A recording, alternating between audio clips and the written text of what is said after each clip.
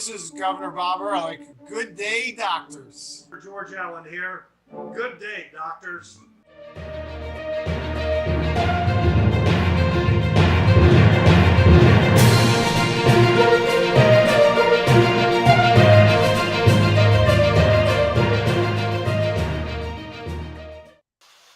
Good Friday evening, everyone. Elections are sort of over. They're still counting the votes, and I think they're bringing in an expert in Arizona to count votes. Tom, we got some footage of him. Let me share that. Let's start with that, actually, of the Arizona count.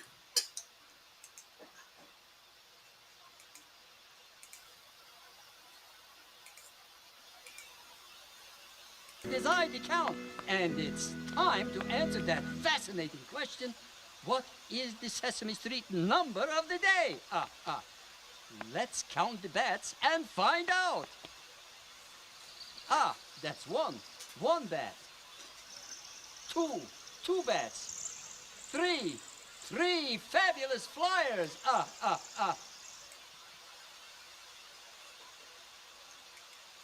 Yeah, see, they brought in an expert to count the votes there in Arizona. I think it's hilarious. And I know we say that we make fun, but honestly, it has become a mockery. I hate to keep using the French as an example, but how is it that the French can have elections, everybody votes, and they have everything done in a day? Florida has more people in Florida than Nevada. Florida got done election night counting. Nevada's still counting also. Why is it so hard to count? It's a lot of these places are becoming jokes pretty much about. And I really think this whole mail-in vote really is like, we don't know the results on election night. It's election night, not election week or month. Like, as you recall, during the primary, we didn't know who won the Democrat primary in Montgomery County for county executive for a month. And if we would not do dumb things like, having these mail-in votes, then I don't see what benefit there is, frankly, to mail-in voting. Granted, it's here to stay, so we just have to adjust and fight them on it, so to speak. On the mail-in vote, I don't think there's much we can do to get around it. But I think that's something that the Republican Party is going to have to make adjustments that we kind of play the long game and learn. I mean, we do that. I mean, we've learned how to deal with early voting. We've had early voting since 2014, I think, was the first year we had early voting, or 2012. I'm sure one of our brilliant viewers will let us know when. But it's one of those fun things, where you need to adjust and figure that sort of stuff out. Yeah. So, I mean, as you know, the rules on voting are set by each state, right? There is no national voter law, that says everybody has to vote this way. And we don't want that, and we do not want a national voter law. I think what we need to do is elect Republican governors, Republican attorney generals around the country, and these Republican controlled legislators, we need to basically just pass laws on that. And I think we just lost Don. He needs to, I think, reset. He'll be back joining us soon. But I think, Don, are you back? I'm going to try. Yeah. I think if you log out and come back in, that might work. Okay. It says you got a weak signal. But at the end of the day, Republicans need to adjust on playing the long game with dealing with early voting and all this other fun stuff. I have no idea what just happened there. I don't know. It's basically, I think it's a demo. I have now switched to Wi-Fi. I was actually on, direct hardwired. Yeah, I was hardwired. I don't know what happened. So that should I think never happen. I think it's the Democrats fooling around with that sort of stuff. Yeah, they're trying to prevent me from getting my say. But as you were saying, I mean, we don't want, a national law. I mean, this is what the Democrats want, right? The Democrats want this, and the state should determine how the Yes. voters vote. However, Exactly. what we have learned, you mentioned Florida. What we have learned is that there are wide disparities. Florida has a system in place that they have been able to really handle everything from early voting to mail in voting, all of these kinds of things, and get a very quick turnaround in voting. I mean, one of the problems with Maryland, too, before was just that, the pre processing. Now, I know there are a lot of conservatives that don't like, the pre counting of these things, but in reality, we're getting so many, mail-in ballots and drop-off ballots that if you want to get things turned around fairly quickly, you have got to allow them to start counting those ballots at least, when election day hits or something, Yep. you know, Absolutely. and not when the polls close. Uh, but one of the problems too, I mean, Dwight, we're going through this again. We've been going through this for two, maybe three election cycles or more. Yeah. California is a horrible mess. I mean, Yes. they're counting votes very slowly, and it may be just like we had in the past. It could be weeks before we really know the final outcome of what's happening in California. That is California's a complete mess. You would think that after all these cycles of these problems, they would try to remedy that and fix it, but they don't. Mhm. Arizona and Nevada, I mean, they have their own issues, but And one Arizona is the one that I'm kind of feel like why is it so difficult for Arizona? Arizona has a great governor in Doug Ducey, and why is it taking them so long, frankly? And Arizona had this problem 2 years ago in the presidentials. And I think I think what these states need to do, is if you're going to do mail in votes, fine, do your mail in votes. But you gotta say, if we don't have them by election day, they don't count. I mean, California, what is it, Nevada that has the quirky law that says they have until next Tuesday or something like that to have I their think I ballots think I show think up? I think they have to be in by tomorrow because today was a Oh, tomorrow. holiday. Yeah.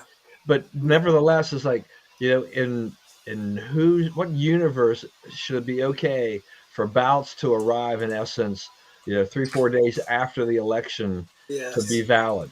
I mean, Arizona, they have to be in by 7 p.m. on election night, which is halfway decent.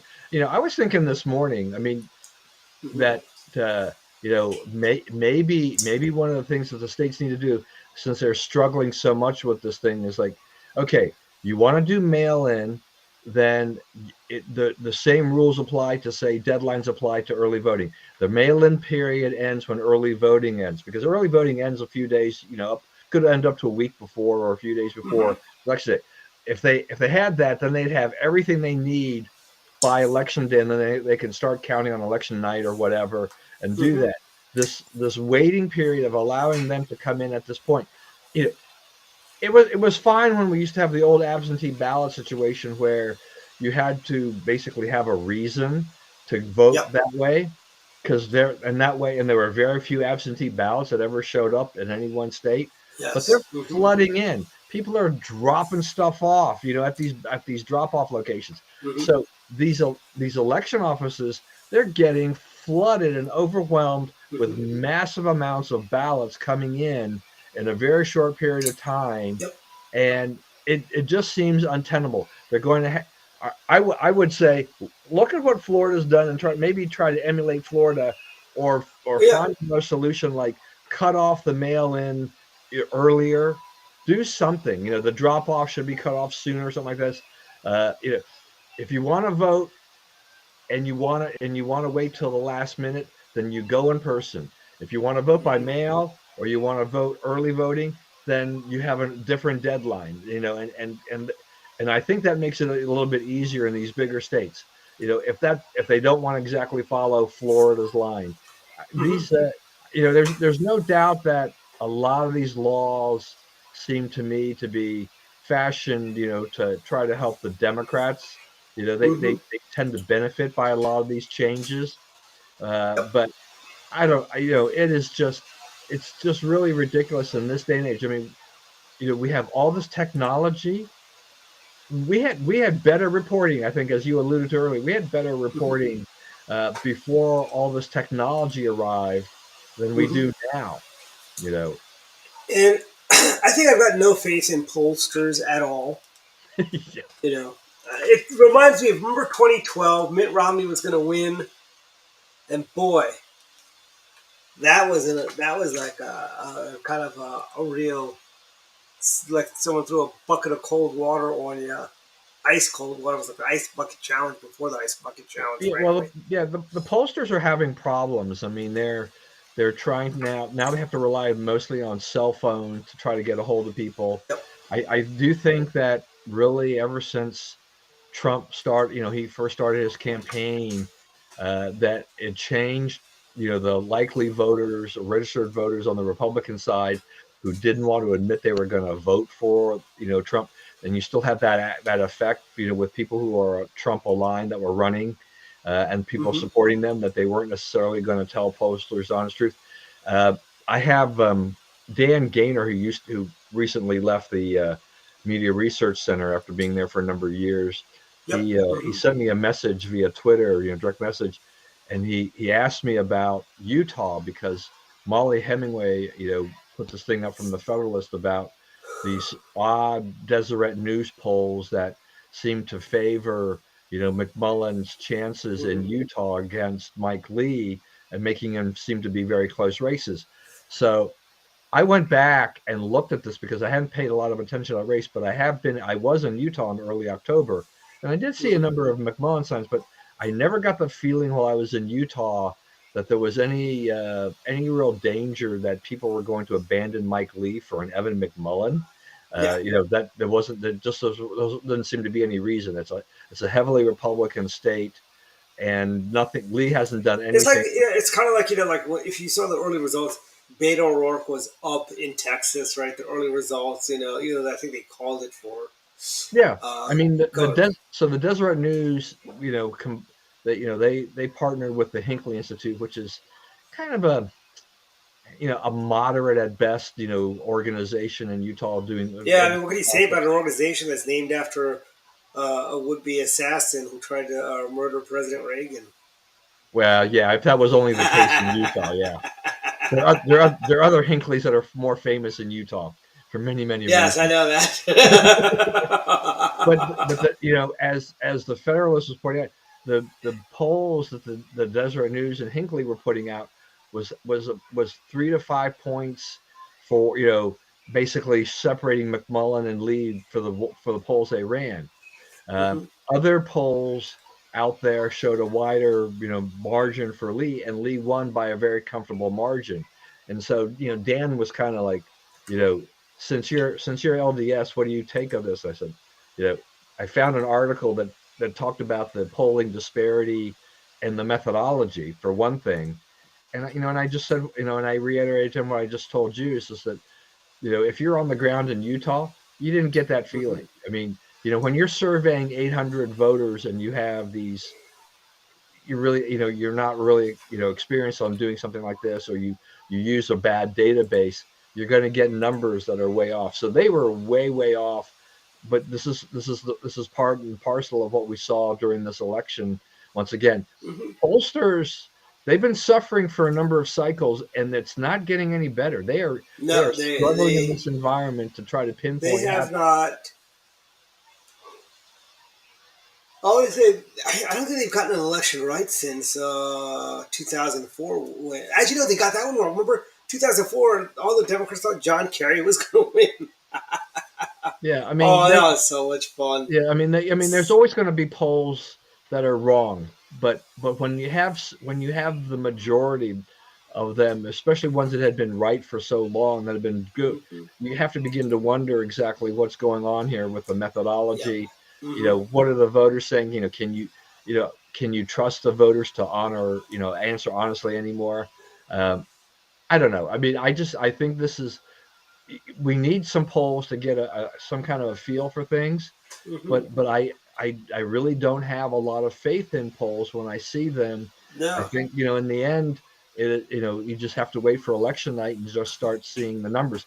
Now, I do want to say to people out there that, there are people who we still have a lot of election conspiracy theorists out there in America, that when they see these these numbers. You see the early numbers, and you see, Republicans ahead, and then more numbers come in. Then you see the Democrats take them and maybe win the race, and people are like, "Oh, there must be some fraud there," things like this. But election vote totals do not come in evenly across the state, and every state tends to have, particularly, like look at Maryland. Maryland has its conservative pockets, and we've got our liberal pockets. Yep. You look at Neil Parrott. Neil Parrott, the smaller areas, they report that he looks good. Montgomery County, had not reported fully, when Neil was ahead. We love Neil; he's a great guy. But once the Montgomery County votes really started getting tabulated, it was all over. Yeah, and he was actually still ahead until they started counting the mail-in vote, I think. Yeah, right. I mean, right. And so once they did that, and particularly with Montgomery County, I think Trone was, he was in like the 70% range in Montgomery County. Yeah. Oh, by the way, the thing that most irritated me, I saw people walk up on election day with their mail-in ballots and drop it in the drop box. I'm sorry, you're making the effort to come here. Go in, stand in line, go vote. You morons. Really? And that was that was the point I was trying to make earlier about this whole thing. For mail-in ballot and for drop-off, is like the rules of early voting should apply, in the sense of there should be an earlier cutoff, and that you should not be able to, based on the problems that these states are having counting the ballots and giving us a real good idea. Here we are on Friday, and we still don't know what's going on here for the most part in a lot of areas of key races. If they had done something like that, we would probably be in a heck of a lot better shape. But yeah, but that point. If you're dropping your ballot in on the day, on election day, why? Then you should be forced to stand in line. Yeah, and also here's something else. I went to vote on election day. I asked the woman, I go, "What's faster, the electronic machines or the paper?" She goes, "Oh, I don't know. I think the electronic's faster." I get there. I'm like, I'm going to have to wait. I felt like, really, you only have two machines in a polling center that's fairly large. I mean, for crying out loud, I remember the 2002 election, where Maryland had we had all the electronic touchscreen machines every place when they got, because of Florida, the dimple chads and voter intent. They got rid of the punch cards, which I thought was the best way of doing things. Frankly, the punch cards. I love the punch cards. Sometimes it was hard to get them lined up correctly, or it was a little. They weren't really well. But I mean, that just reminded me of high school, dealing with in a Scantrons. Yeah, we had the little IBM machine, and it would take all the punt holes and drop them into a little box. Yep. And there's a story, Pat Finati, because Pat Finati is actually a programmer from the old days. And she used to work for Wayne Computer. She was telling me a story about somebody, because those punch cards, how you wrote programs, and you had them like in numbers and they were in sequence, right? She goes, somebody had been working on some program for a long time, and they tripped and all the punch cards fell out. And I'm like, wow. She goes, if it were me, I would have just started to cry. And I'm like, you're not wrong there, frankly, especially when in those days coding was a lot harder than it is today, frankly. Yeah, and, I mean, we go far enough back. I'm a little older than you are, but we still go far enough back that we remember those things, and we know a little bit about the history of computers in this country. Remember, the IADC had a punch card reader, IRA, the computer that would give Steve Trevor and Diana Prince, all the leads and where all the bad guys were.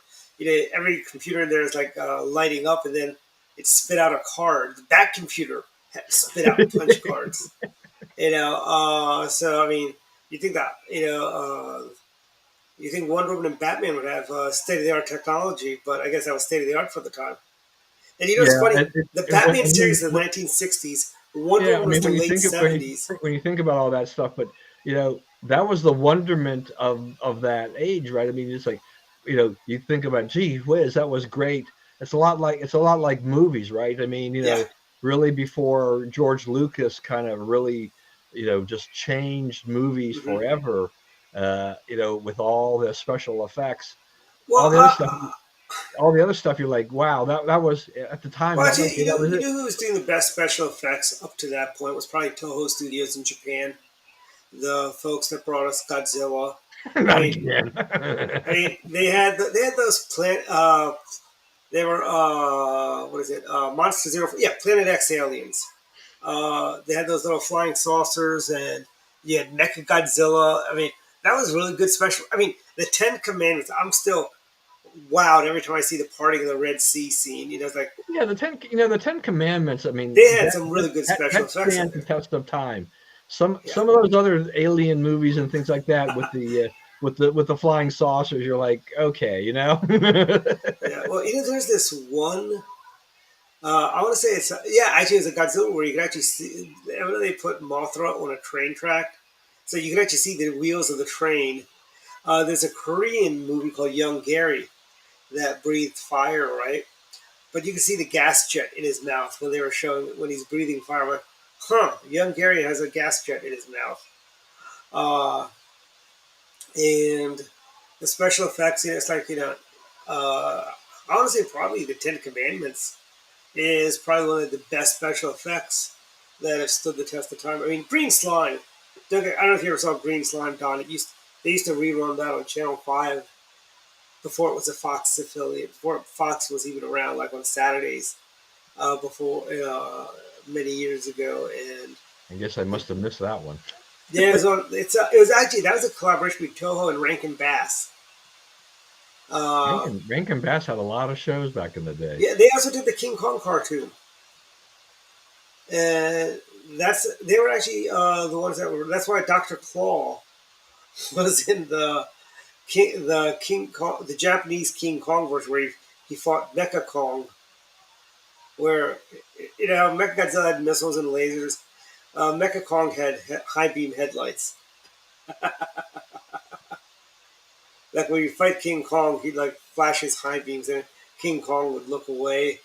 You know, but yeah, that was the extent. But that was a Rankin Bass Toho collaboration. So I'm gonna assume Craig, who just posted this link, is maybe talking about the vote totals, which were more Republicans took in votes than Democrats. Yeah. But it's I mean, here's the thing. It was not a horrible night. no, I mean, It was not a but the total number of votes is basically yeah. irrelevant Hmm. when you have House races, right? I mean, you have to have the right numbers in those Yeah. districts, otherwise it doesn't work. But Right. here's it. Look, New York has picked up picked up congressional seats. It's like when we picked up congressional seats in California 2 years ago, and we still held those. We've held those California seats this time around. You know, the Hudson Valley is now red. You know, it hasn't been red in a very long time. And I love the Civil War coming out there where the DCCC chair is now blaming AOC. Yeah, so Um, I mean, there are good things about it. I mean, I mean, I was hoping the Republicans would get to 230 and build a yeah, comfortable margin. yeah, If they get to 220, or 222, which is still possible, mhm, at least they control the House. They just have a slim margin, and yeah, it'll be very important to keep the coalition together. yeah, Which is highly likely. yeah, That they will. I don't think the Democrats really pick off anybody for any particular vote, yeah. especially after the last couple of And years. here's the good thing is us having the majority, we control the committee chairs. Right. Right. Well, I mean, And it's the end of the January 6th committee, right? yes.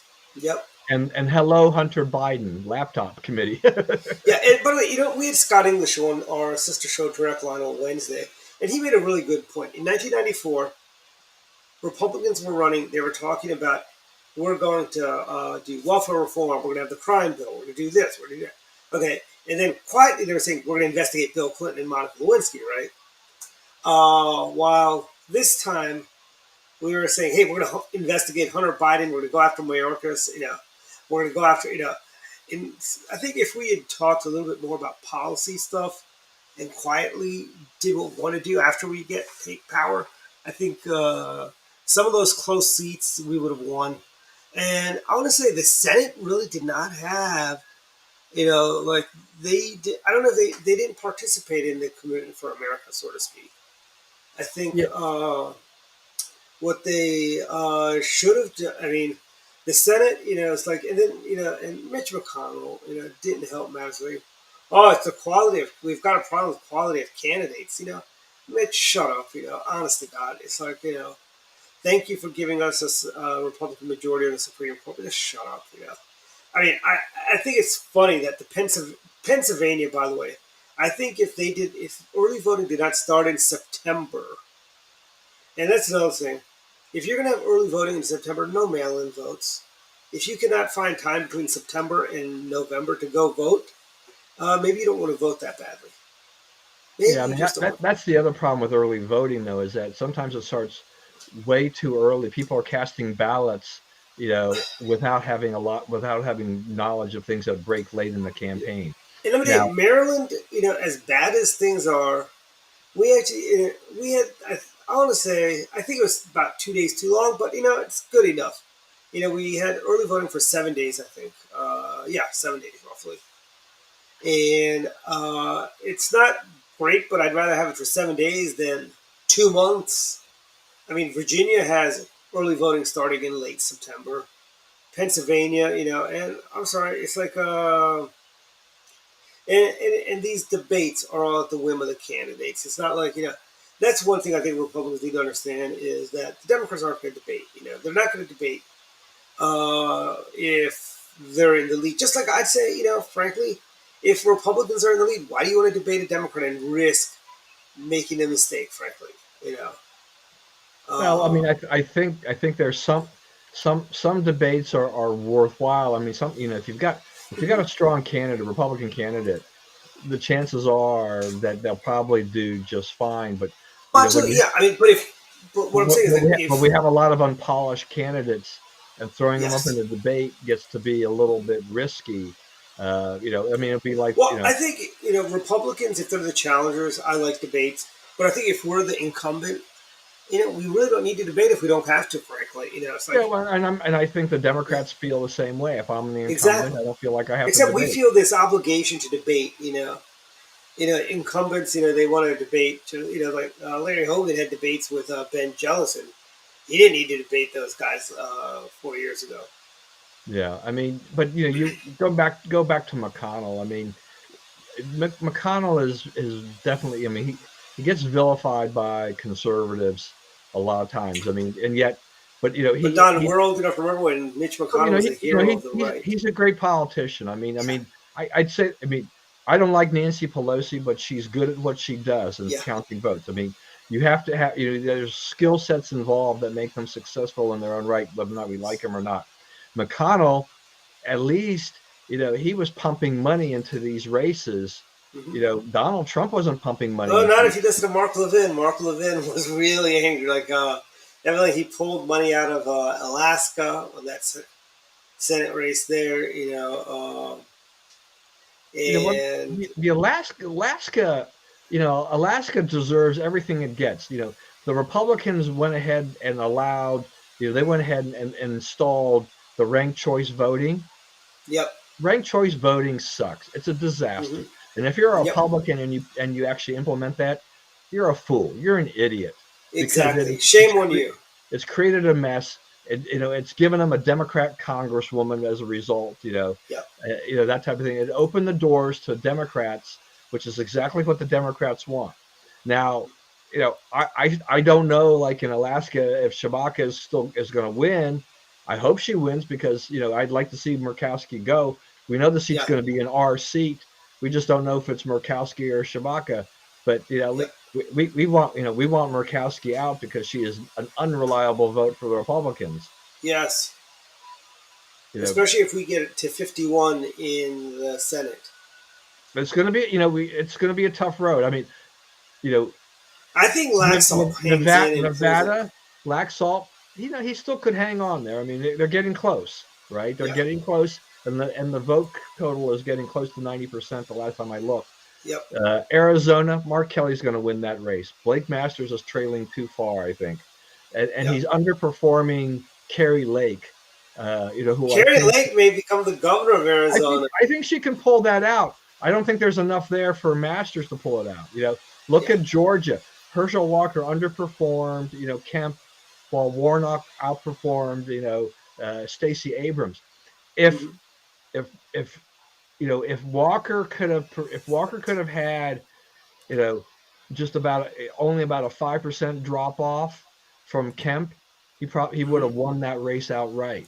But Yep. he trailed by a little bit more than that, and as a result, and this is what we were, this has been an interesting thing there because even in Nevada, I mean, Laxalt, I think he's got a very tight margin in there, but the governor, this guy Lombardo, is beating the Democrat incumbent governor by a much wider margin. So Yep. we are seeing kind of this divergence where the Republican Senate candidate and the Republican gubernatorial candidate are not necessarily in lockstep vote Yep. wise. So Hmm. we definitely have seen some drift there, which is a little bit disconcerting at some point in time. But there's some Democrats have been tough in some races. Hmm. Lauren Boebert, I mean, she looks like she's going to eke that one out, but that was not supposed to be a close race. Uh, No, that should not. Yeah. Republicans did not do a very good job, and it goes back to what you were saying about in terms of talking about some of the things that they said.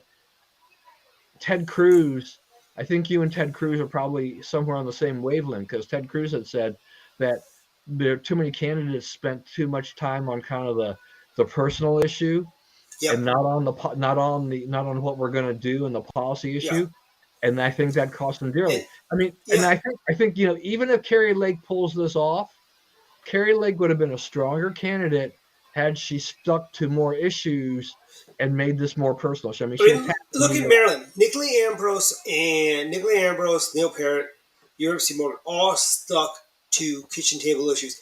As a result, Nicolay got about 46%. Uripsy also got about 46%.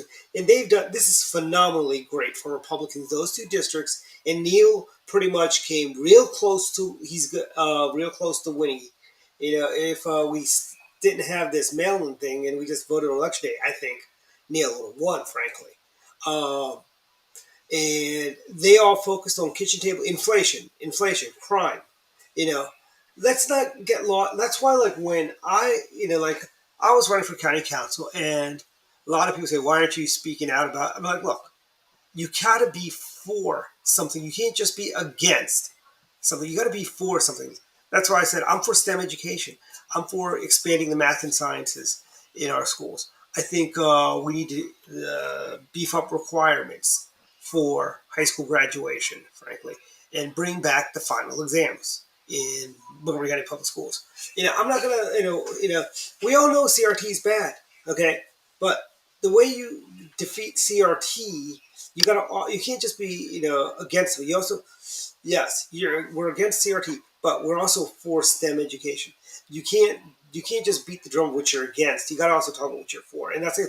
I think a lot of candidates, a lot of candidates in Maryland did a brilliant job. We were against inflation. We were against high price of gas. We were for STEM education. We weren't beating that drum about CRT, CRT, CRT.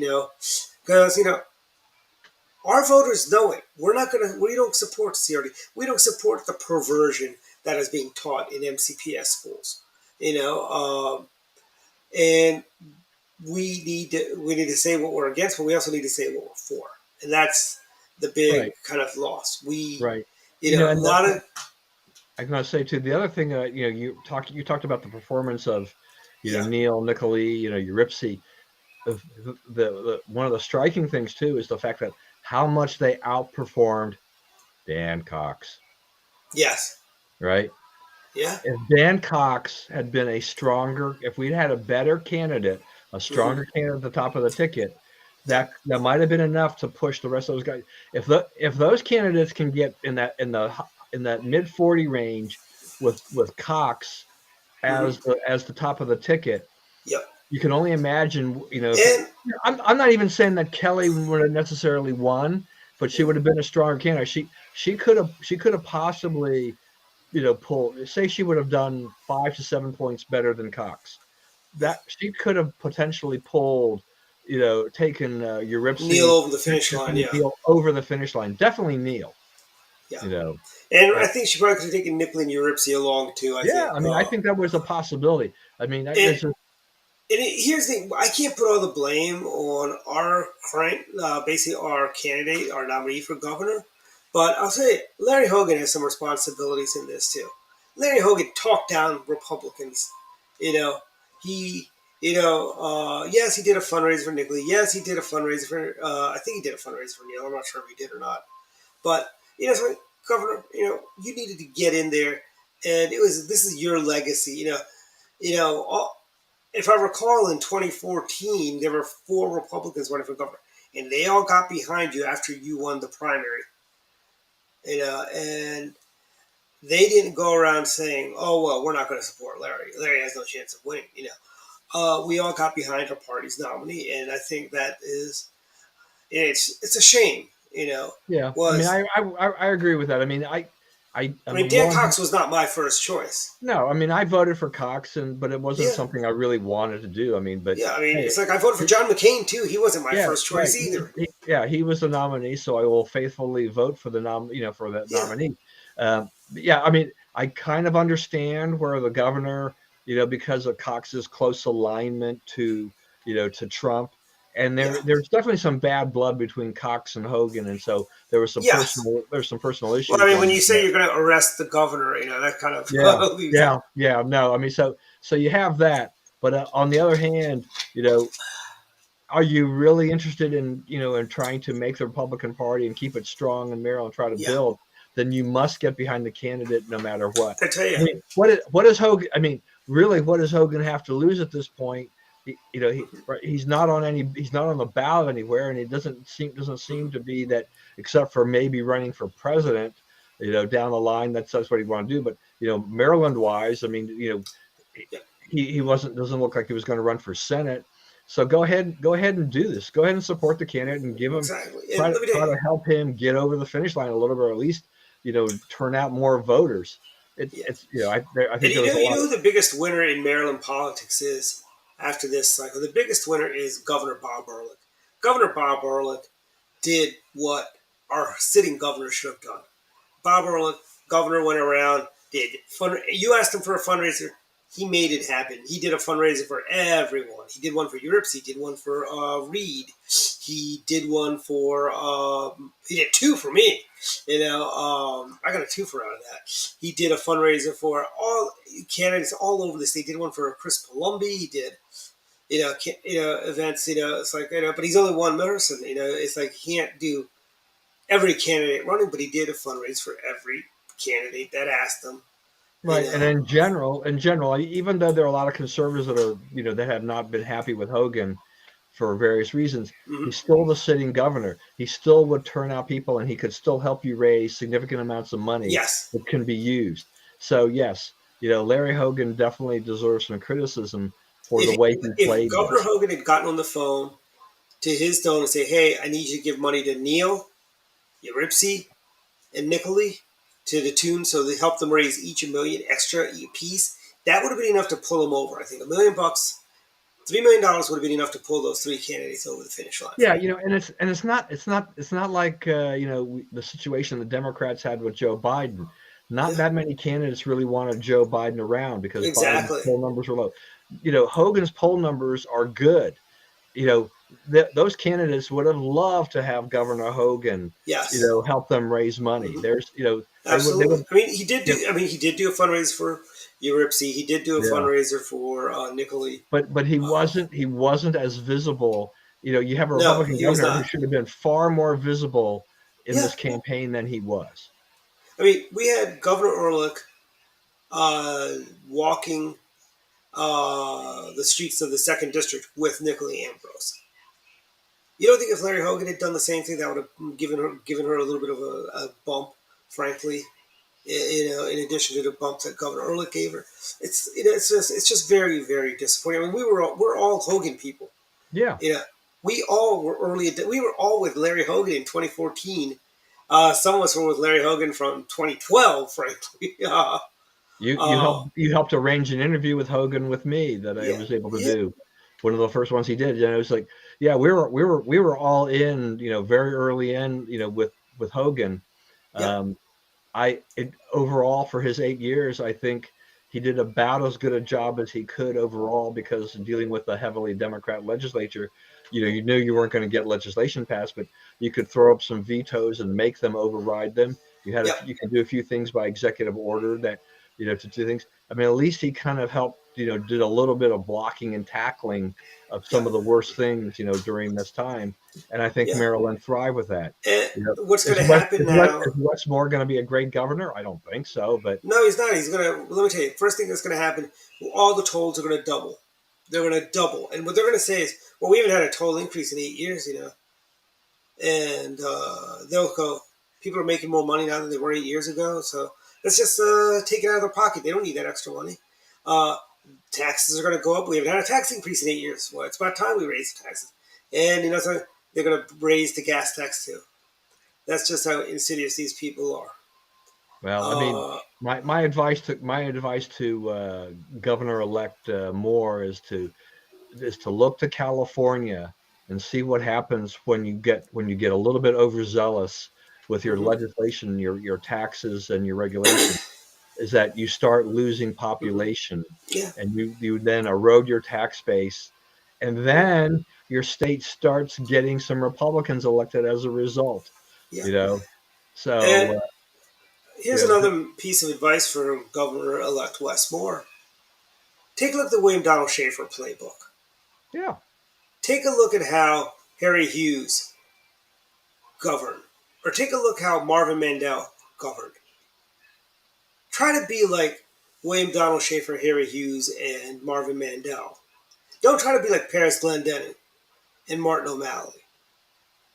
And you'll be yeah. a successful I mean, governor. William Donald Schaefer may have been he was probably the most colorful governor Yes. that we had during my lifetime.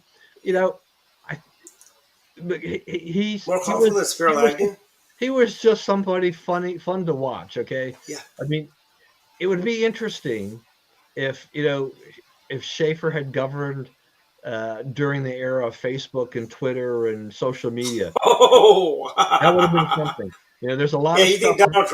You think Donald Trump had President Trump had issues with Twitter and Facebook? Yeah, can you imagine? Can you imagine William Donald Schaefer on Twitter? William Donald Schaefer would call up radio stations when people would say bad things about him.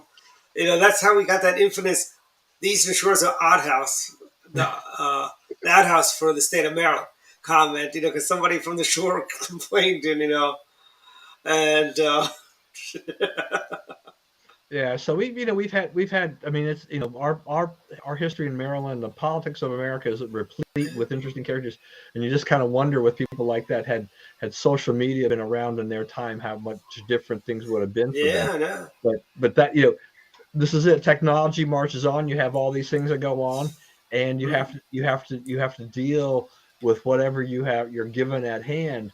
But like I said at the beginning, I mean, here we are on Friday. I mean, it Mhm. was Tuesday was election day, Yes. and we don't you and I do not know really when we're going to know the final results. I mean, the California results are going to determine whether or not the Republicans really do gain control of the House Yeah. Hmm. because they got to wait for all those stinking votes to be counted.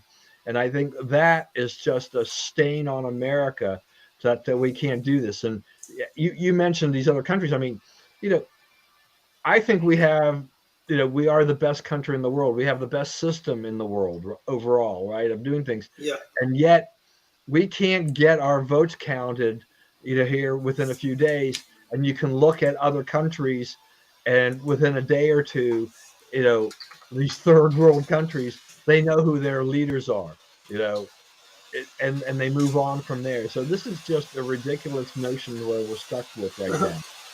And here's the kind of like the. I mean, let's take a country, India. They don't have the infrastructure we do here. They have a whole lot more people there than we have here.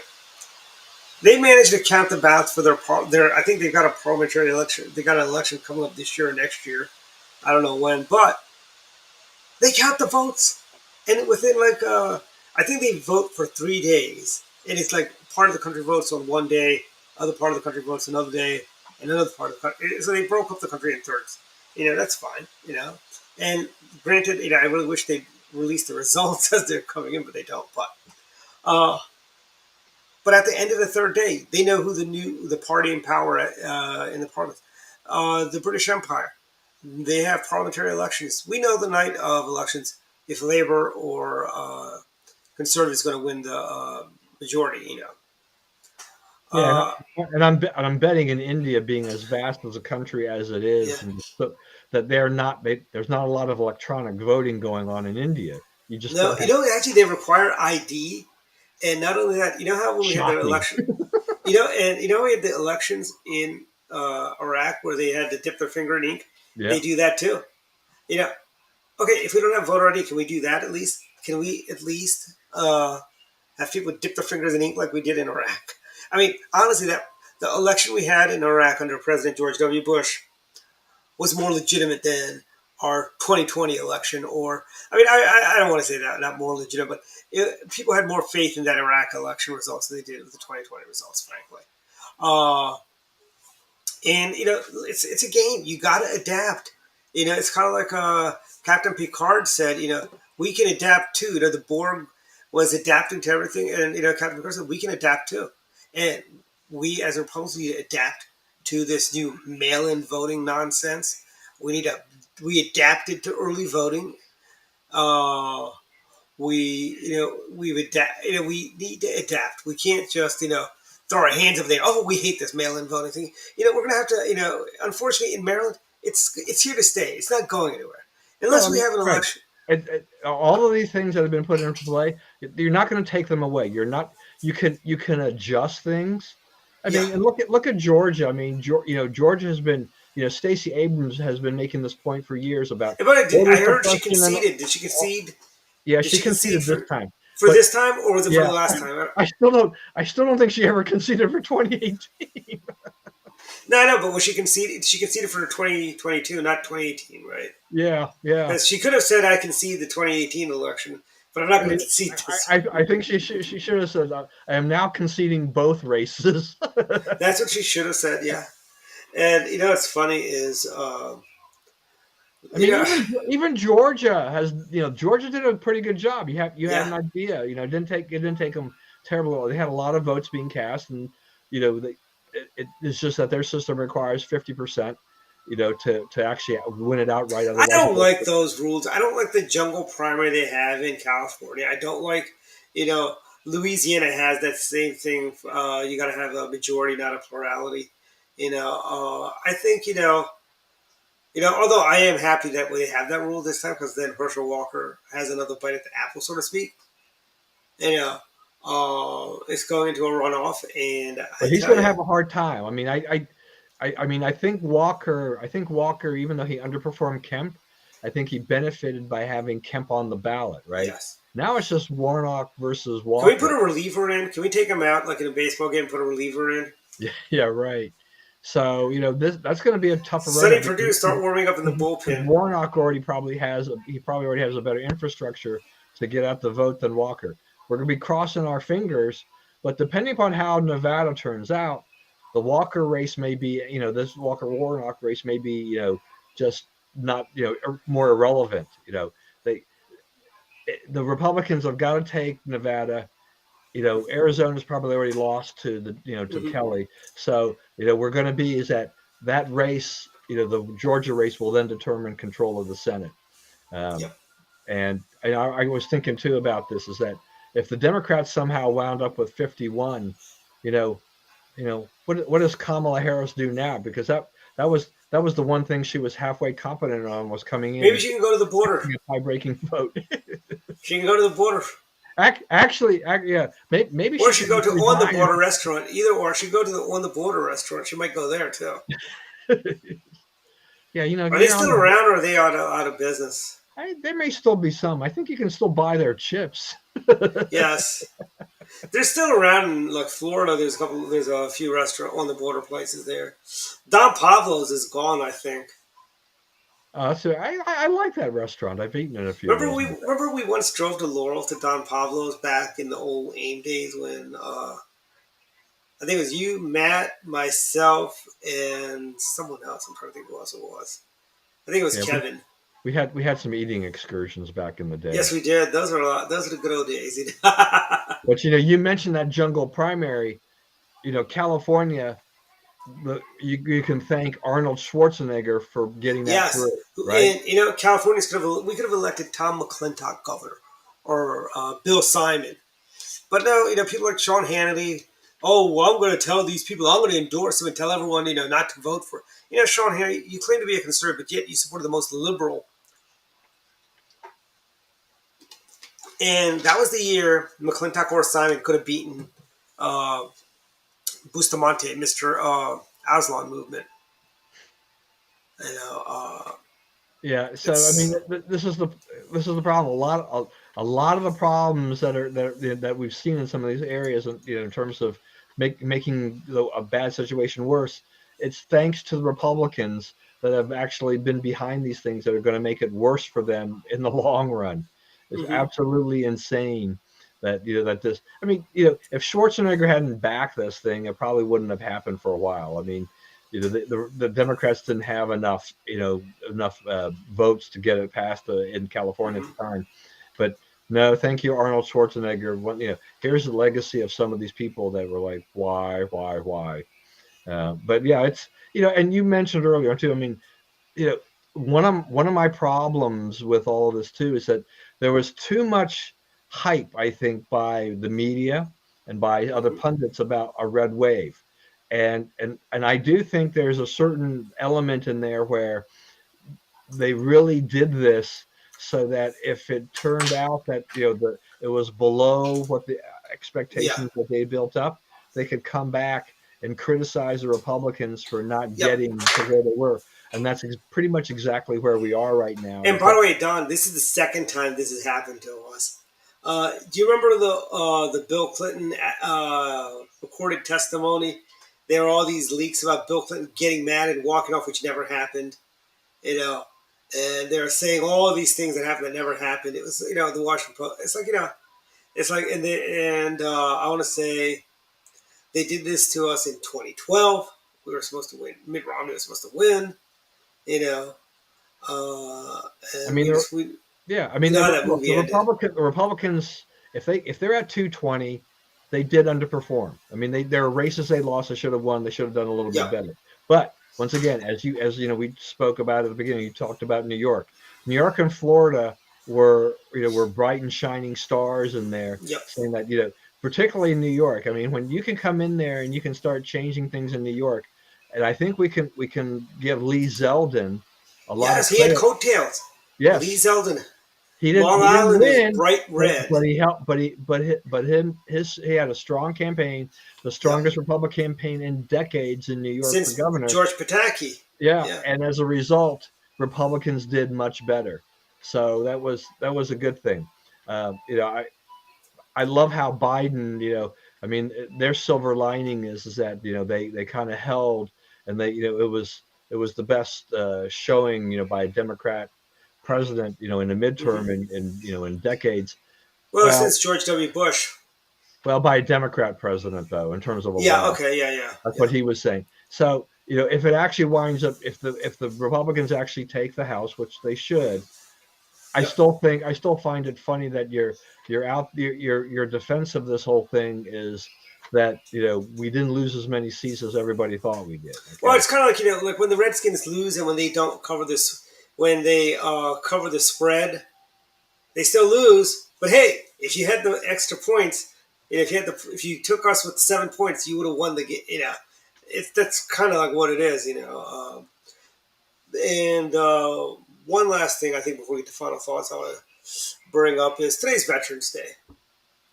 Presidents usually go and lay wreaths at the Tomb of the Unknown Soldier or veterans. Where's Joe Biden? He's in Egypt. He could not delay his trip by a day to go to Egypt. Does he really have to go to that climate summit in Egypt? Could he not? Could he? Did he? You know, could he not have gone out to the Tomb of the Unknown early this morning before he went to Egypt? Of course he could have. But no, he doesn't care about veterans. Joe Biden is just a horrible, horrible president, frankly. Yeah, climate above the vets. I mean, this is an important day for Americans, and then he's Yeah. somewhere else. Hmm. Yeah, Yeah. the optics of this once again are not good. But again, this is the tone deaf nature of the Biden administration that Hmm. we see about this. Is that Yep. important things get left behind as a result. They really don't know what they're doing. Um, Hmm. it continues to show. I mean, Biden said he's going to make a decision, or at least will announce, what his plans are for 2024. I guess fairly soon.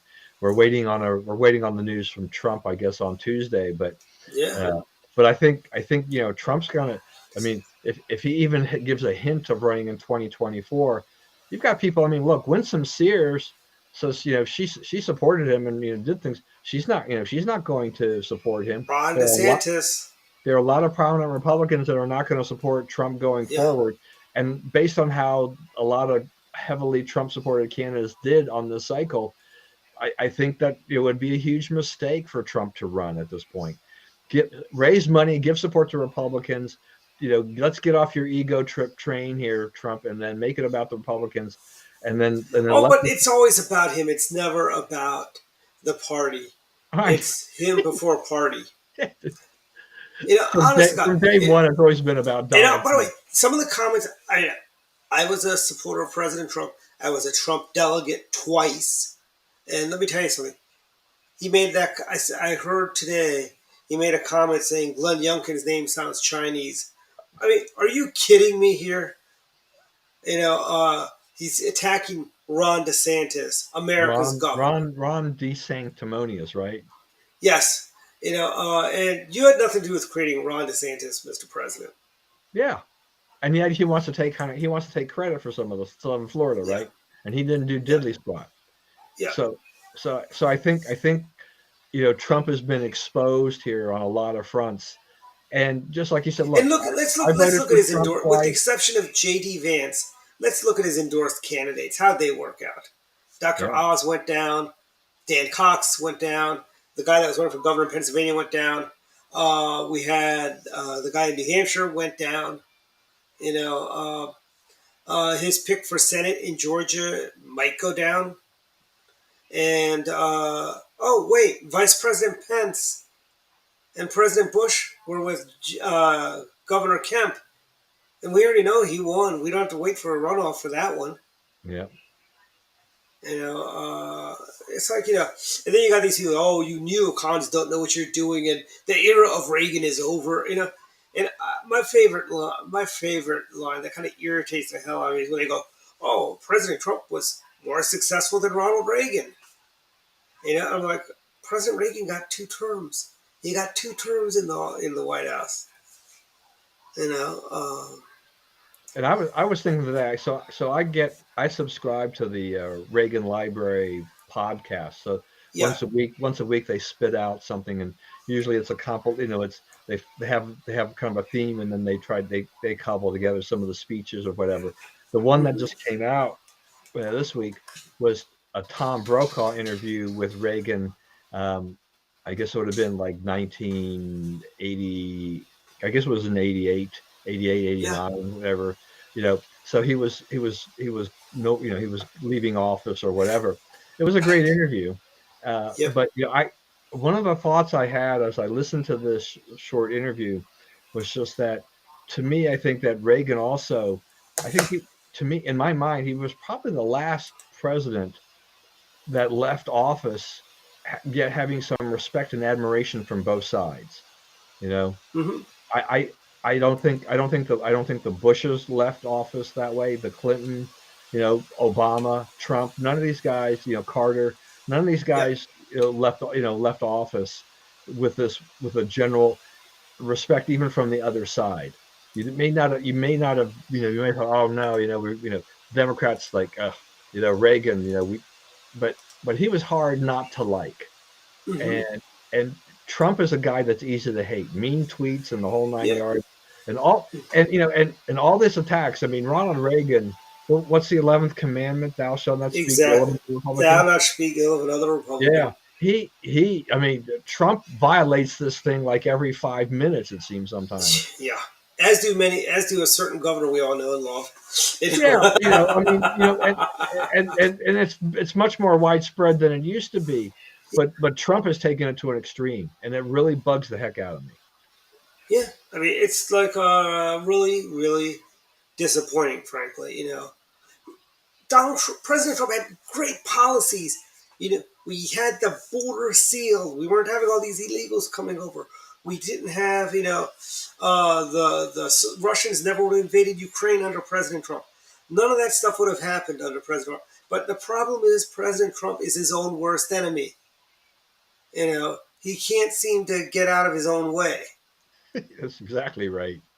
You Yeah, know, look. I mean, I felt from the time that when Trump lost in 2020, the best thing for him to do at that point in time, if he was really a Republican, was yeah, that he would then turn himself into, kind of rehabbing any reputational issues he had yeah, for the fact that he couldn't get out of his own way, and become a supporter of other Republican candidates, and just work. Go ahead and beat the Democrats to a pulp. Support these Republican candidates. Don't get into all these stupid fights, and don't make it about yourself. And go yeah. do. And he could have done party building. He could have raised a ton of money He could have done nationwide. Richard Nixon 1964 Yeah, in sure. 1966, Yeah, where he went around and raised money and got so many between 62 and 66. Vice President Nixon then, after he lost the governor's race in California, 66 he did 64, 66 he did everything he could to get Republicans elected all around the country. And what happened to him in 1968? He became president, and he became a two-term president. By the way, last night the Nixon Foundation had the Nixon dinner. is that right? Yeah. Was that the one? Was that the one where Gingrich was at? Yes. And So something. now I was going to say the thing too is that Nixon. Yeah, the Agnew Society's working on the Agnew Foundation dinner. Yeah. And even though Nixon had to leave office, the thing was is that by the time he died, I think he was in general considered one of the elder statesmen of the Republican Party. Yes. He repaired his reputation with a lot of things that he had done post presidency. Trump could also be thought of as an elder statesman if he had tried to do this. Yep. It would have been a great way to burnish his reputation, and to remind people that his policies largely succeeded, right? And take the focus off of himself and his personality flaws, Mm-hmm. and focus on the policy issues. Because as much as I had issues with Trump and his personality, and you alluded, King couldn't. It was his own worst enemy. The policies he put into place were good for the country overall. Yes, they were. And he could have harped on that. He could have helped candidates with those types of things. But all this other stuff, all the nonsense around January 6th, it's like, can you not just leave office gracefully? It's the Hollywoodification. And this all goes back to. I mean, President Bush left office. I mean, I think he did a hell of a job for 8 years, considering the hand he was dealt. And by the way, that's another thing. It's like it's like he was dealt. I mean, he had the Twin Towers go down because of the Clinton's neutering of the CIA and our intelligence system. So we had no idea it was coming.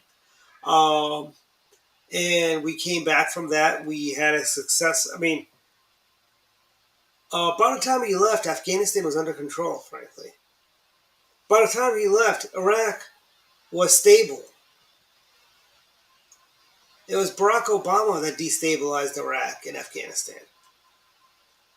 And then when it got stable again, and when we got it stable again under President Trump, Joe Biden screwed that one up. Right. No, Thank God Iraq is still stable. Yeah, I mean, I think W was the right president for our time. I mean, he was great, just like Rudy Giuliani was right for New York at that time, yes. Right? I mean, we had those guys who were great unifiers that kept us together. We went through New York City, the whole country went through some terrible times, and we got through that. It's hard to imagine anyone else, really having done the job that he did. That had to be one of the hardest things in the world, is to go through that event. And he did that with grace and dignity, and really kept us together. But yeah, it's just amazing to see.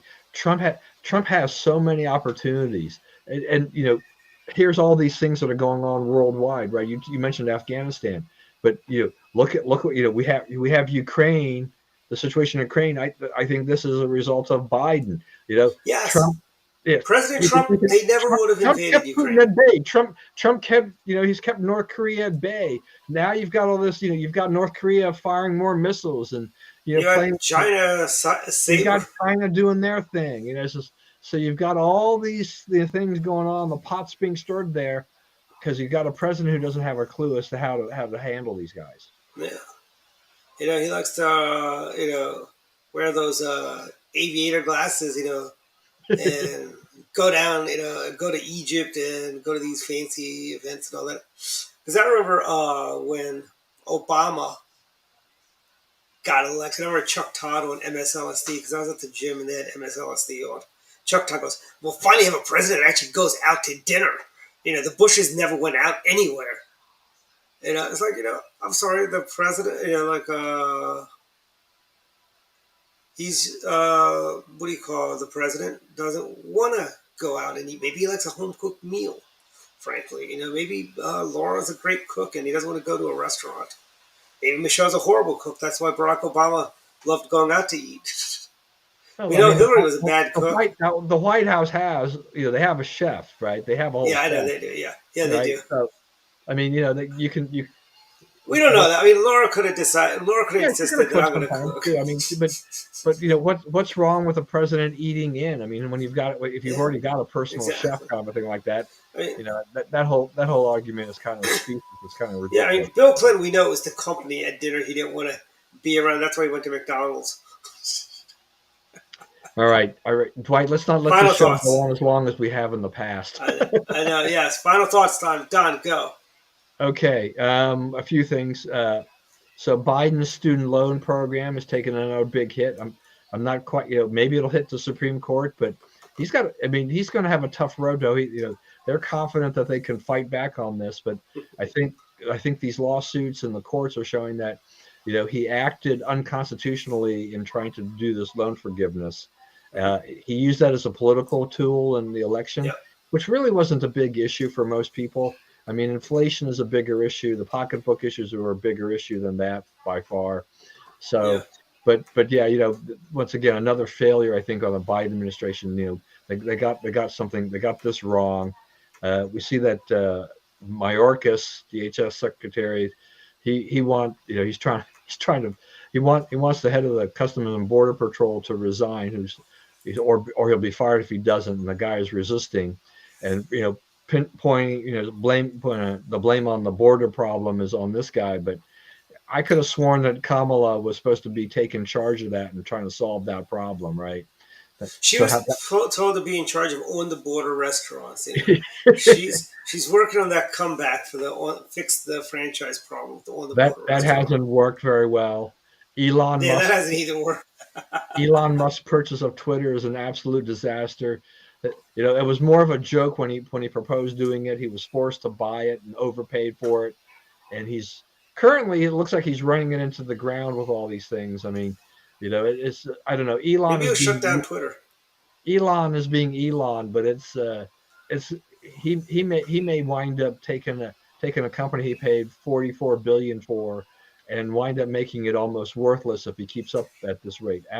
The left got advertisers to stop advertising, so they're cut off a lot of funding, and Elon is just doing strange odd things. So I mean, you and I could pay $8 and be verified, but I saw, I think it was on CNN, somebody set up a Jesus account, and is now verified because they paid $8.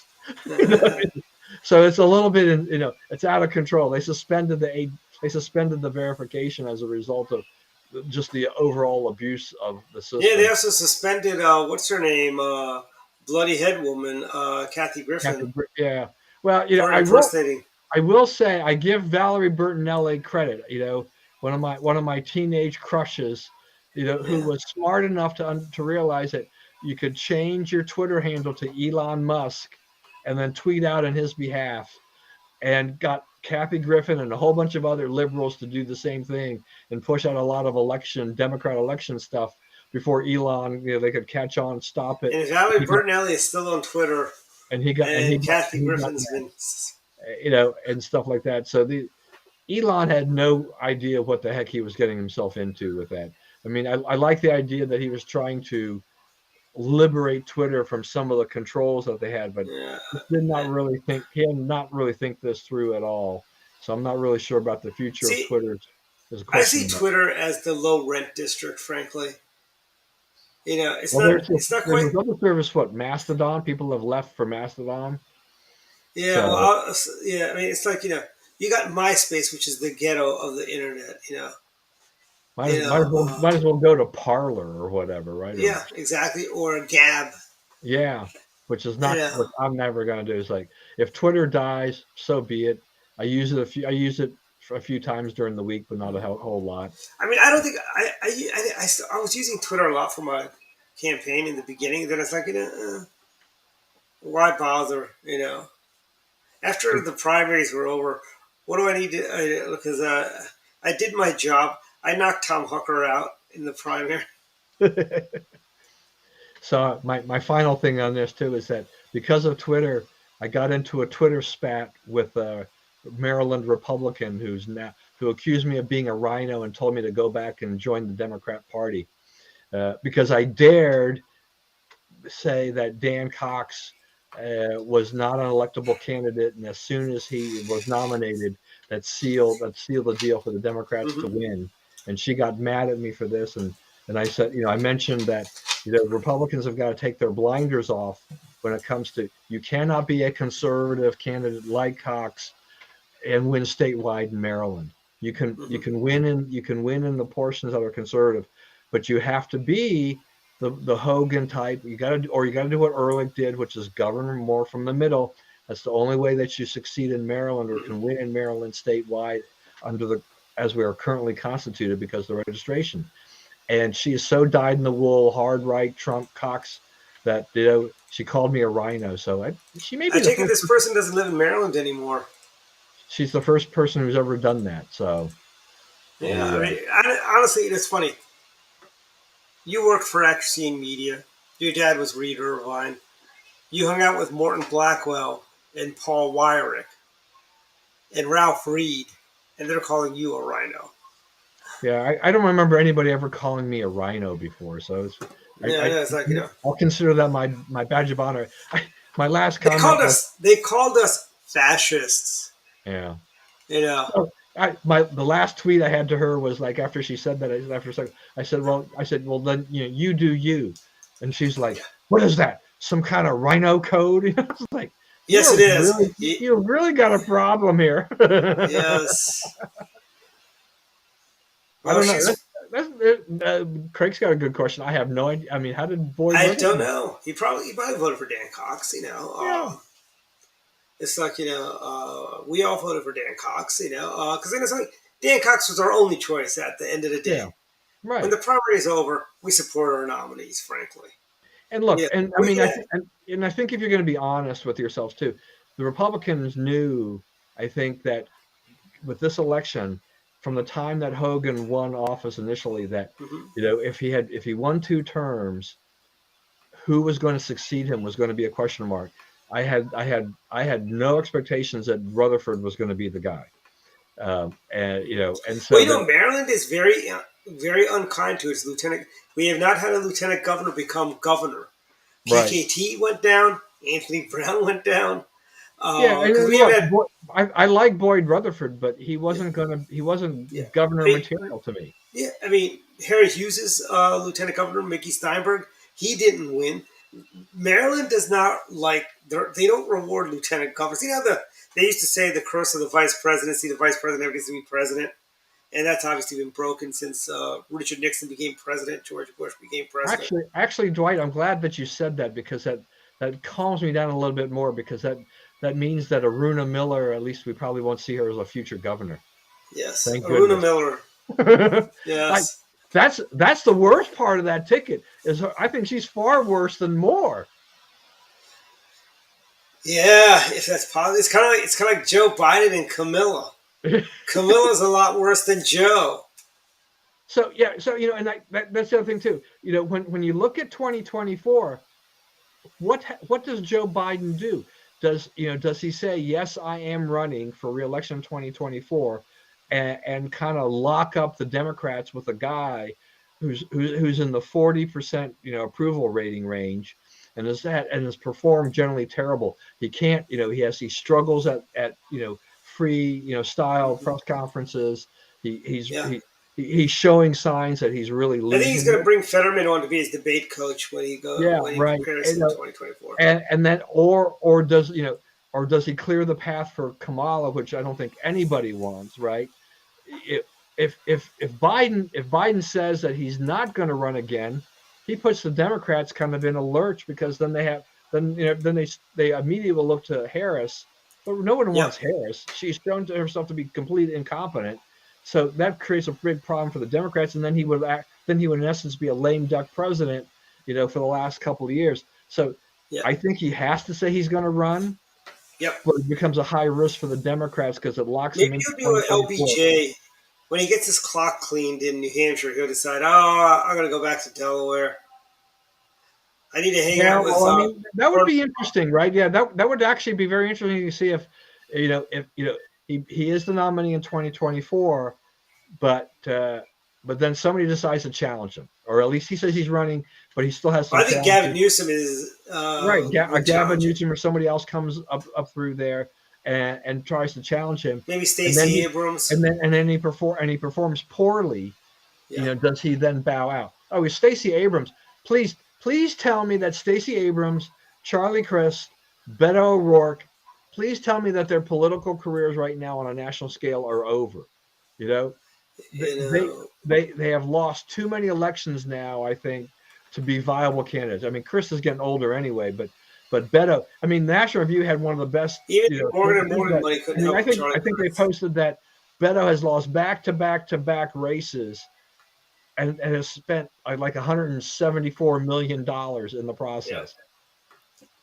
And you know what I think we might see? Do you remember Willie Kennedy Smith? Oh yeah. You know he's an ANC commissioner in DC now. Oh, is he really?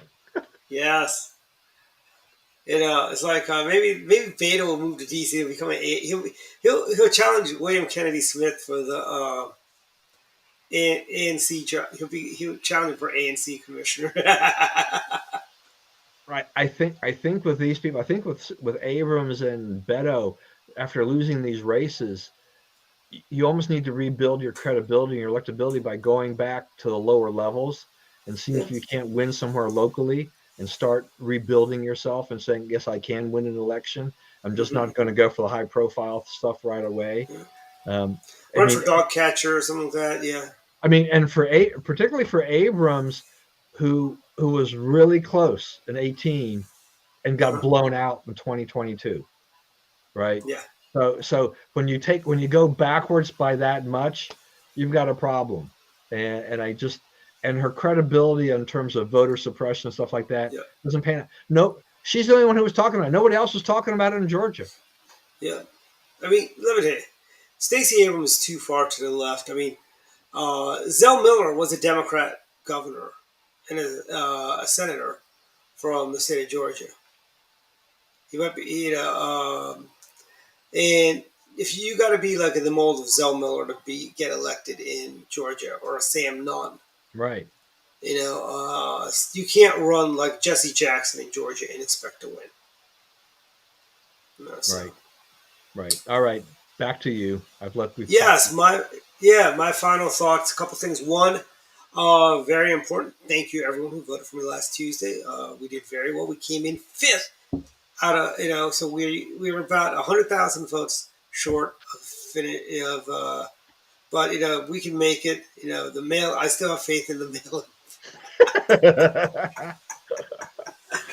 But in all seriousness, but one thing I think that got a little overlooked was, congratulations, Jerry DeWolf in Washington County. You guys wiped out every single elected countywide Democrat in Washington County.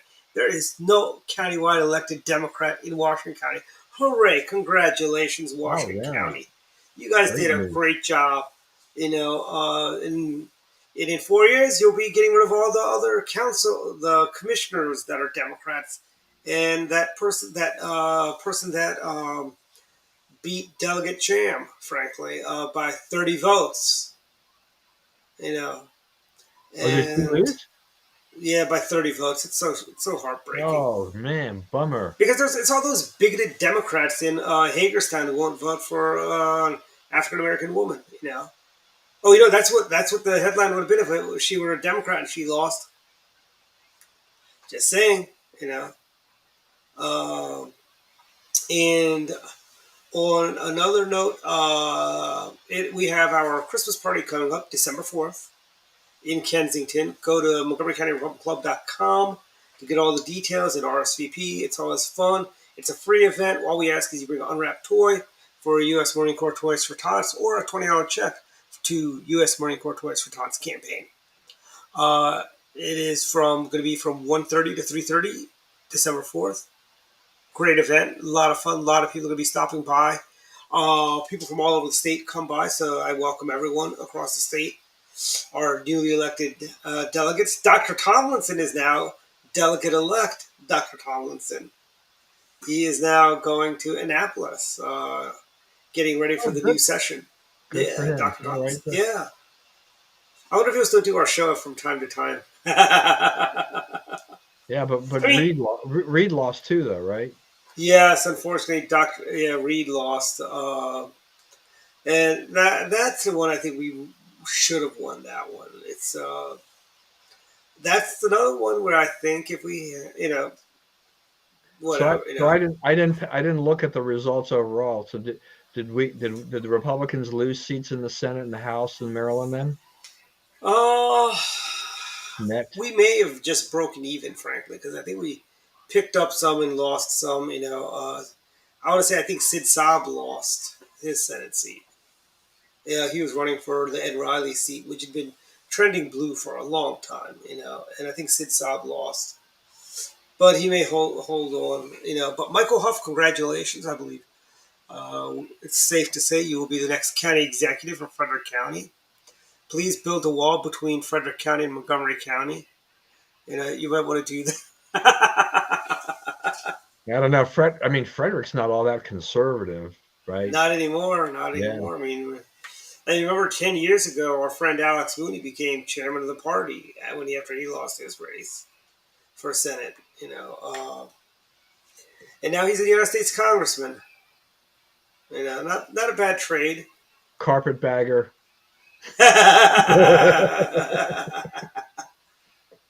I know. But Hey, yeah, at least he moved there and has stayed there, right? So yeah, he moved there. Yeah.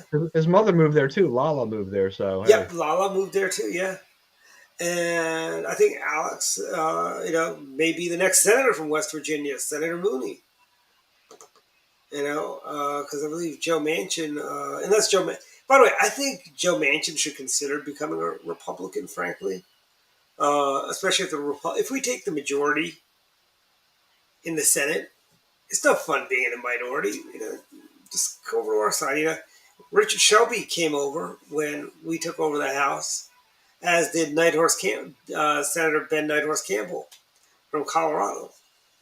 at the Manchin should at least switch to the Republican Party To save his own career. yeah. Part of that too is just that it's his own fault, but he agreed to that last deal with the Biden administration, which they basically have lied to him about energy policy. So Yeah, they're going to shut down coal. yeah. And no more drilling. Yeah, didn't Biden says that, and the administration tried to cover that up a little bit, right? They walk everything back. It's like, I'm sure if Joe Biden said, like today we had rain, I could see Joe saying, oh, we're having a torrential downpour, and they'd have to walk that back because it wasn't really a torrential downpour. I can't wait to hear the gaffes he's going to have out in Egypt, And then he's going to Cambodia, and then he's going to Indonesia for the G20. And let me tell you, those are going to be some gaffes and gaffes and gaffes while he's out there. I wonder if he'll make a comment about samosas in Indonesia or something like that, The people who are unique as the samosas. Yeah, I mean, it's his handlers better keep him under a very tight leash. Yes.